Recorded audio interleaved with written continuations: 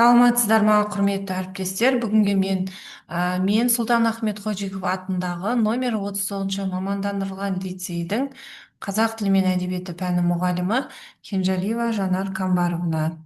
Сіздерге мен ұсынып отырған элективті курс бағдарламамның тақырыбы жаңартылған білім мазмұны бойынша би шешендердің шығармаларын меңгертудің ерекшеліктері деп аталады. Жалпы курстың мақсатына тоқталатын болсам, бұл жерде оқушыларға шешендік сөздердің сан ғасыр өтсе де бүгінгі күнге дейінгі жоғалтпаған құндылығын, алар орнын анықтап беру. Бір ауыз сөздің қадірі мен қасиетін түсінуге, зерделі ой айтып, ізденуге, сыни ойлай білуге, кез келген мәселеде шешім қабылдай алуға, қорытынды шығара білуге үйрету. Курстың міндеттері шешендік сөз тарихын зерделеу, шешен сөйлей білудің артықшылықтарын сипаттау, би шешендер өмірін тарихи оқиғалармен байланыстыра талдау, дала заңының айқын көрінісін сипаттаған шешендік сөздермен жұмыс, шешендік сөздерді тақырыбы бойынша топтастыру және оқушыларды сахналық қойылымға зерттеу жұмыстарына, шешен сөйлей білу бойынша оқуларға қатысуға жұмылдыру. Енді курстың негізгі өзекті мәселесі ол жаңартылған білім мазмұны бойынша би шешендердің шығармаларын меңгертудің ерекшеліктері. Осы курс бағдарламасының тақырыбы бойынша қазіргі таңдағы жастар арасындағы тілді шұбарлау, өзге тілдің ықпалына берілу сияқты қоғамдық мәселелерді оқу барысында шешуге қол жеткізу мүмкіндігімен ерекшеленеді. Бұл курс оқушыларға шешен сөйлеуге дағдылануға, сонымен қатар шешендік өнер тарихы мен би шешендердің кесімді сөздерін орынды қолдануға машықтандырады.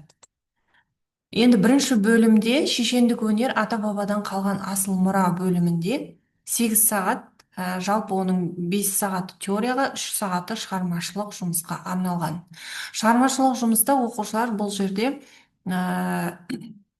өз ойларын айтатын рөлдік тапсырмаларда немесе жаңағы зерттеу жұмыстарында, жоба жұмыстарында өздерін көрсете алады.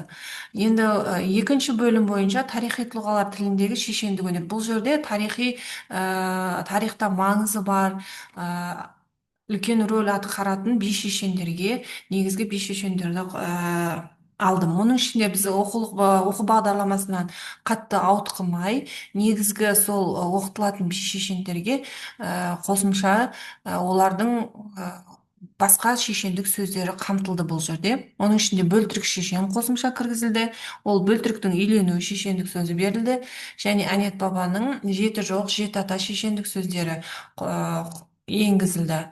Ал одан кейінгі бөлімде, үшінші бөлімде шешендік сөз заман тынысының көрінісі. Яғни осы қоғамда, заманда, жалпы тарихта біздің қазақ халқында би шешендердің алатын орны ерекшелігін осы бөлімде оқушылар түсінетін болады. Бұл жерде не айтылады?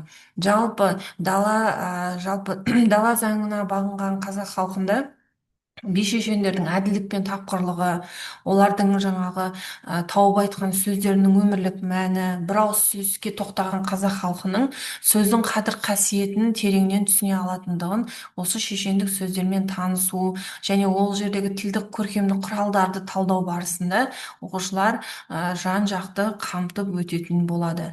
Билік шешен сөзі, кімдер билік жүргізген, кімдер қандай, олардың айтатын биліктері қаншалықты халық арасында ықпалды болған. Соған оқушылар өз шешендік сөздерімен танысу барысында айтып өтеді.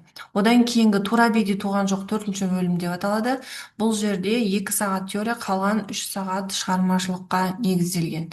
Яғни бұл жерде практикалық жұмыстарда шаршы топта сөз бастау қиын. Яғни халықтың алдында, елдің алдында сөз бастап, өз сөзіңді тыңдата білу, ол да өнер, шешендік өнер екендігі, бұның сырын неде екенін оқушылар жан-жақты қамтып айтып өтеді, өздері көз жеткізеді. Өйткені тәжірибеде, шығармашылық жұмыста олар сол сыныптастарының алдында белгілі бір тақырыпта сөз қозғап, ой қозғап, және ол сөздерде шешендік сөз шиырларын дұрыс қолдана білуі ескеріледі.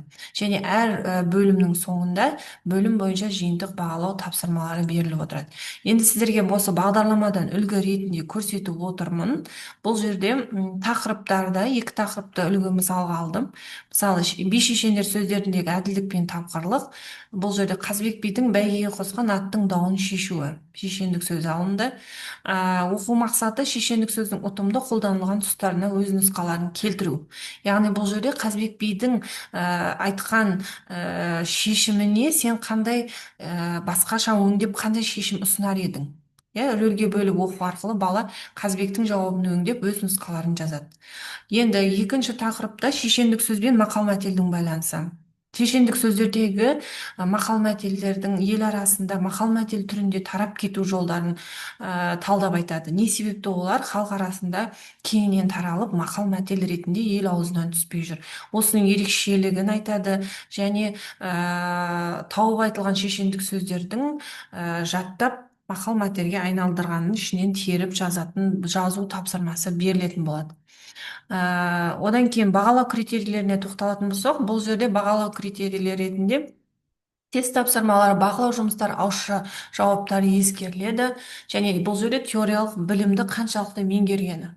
Ал енді шығармашылық жұмыстарды орындау дағдылары қалыптастыру үшін зерттеулер, оған ғылыми жоба жұмыстары беріледі. Шағын жұмыстар. Шешендік сөздерді рөлге бөліп оқи алу дағдысы, яғни диалог, жаңағы кейіпкердің сөз мәнерін қалыптастыра алу ескеріледі. Шешендік сөздерде көтерілген мәселелерге өзіндік пікір, үшқыр ой білдіру қабілеті. Яғни көтерілген мәселені аша алу, оған өзінің пікірін, ойын білдіре алу. Өзіндік жұмыстарды жоспарлау және жүзеге асыру қабілеті және топтық жұмысқа қатысуы және коммуникативтік дағдыларды қаншалықты меңгергені ескеріліп отыратын болады. Одан кейін оқыту әдістері ретінде бұл жерде дәрістер, зерттеу жұмыстары, жобалық жұмыстар мен топтық жұмыстар, талқылау әдістері қолданылады.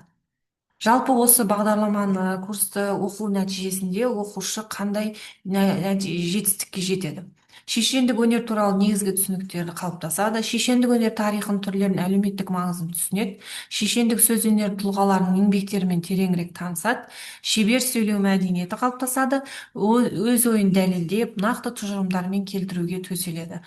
Шығармашылық жұмыс жасаудың жолдарын меңгереді. Құрметті әріптестер, сіздерге назар қойып тыңдағандарыңыз үшін көп рахмет айтамын. А, Сұрақтарыңыз болса, қосымша қойсаңыздар да болады. Қандай сұрақтарыңыз болса? Сұрақтарыңыз болмаса, жақсы, сау болыңыздар.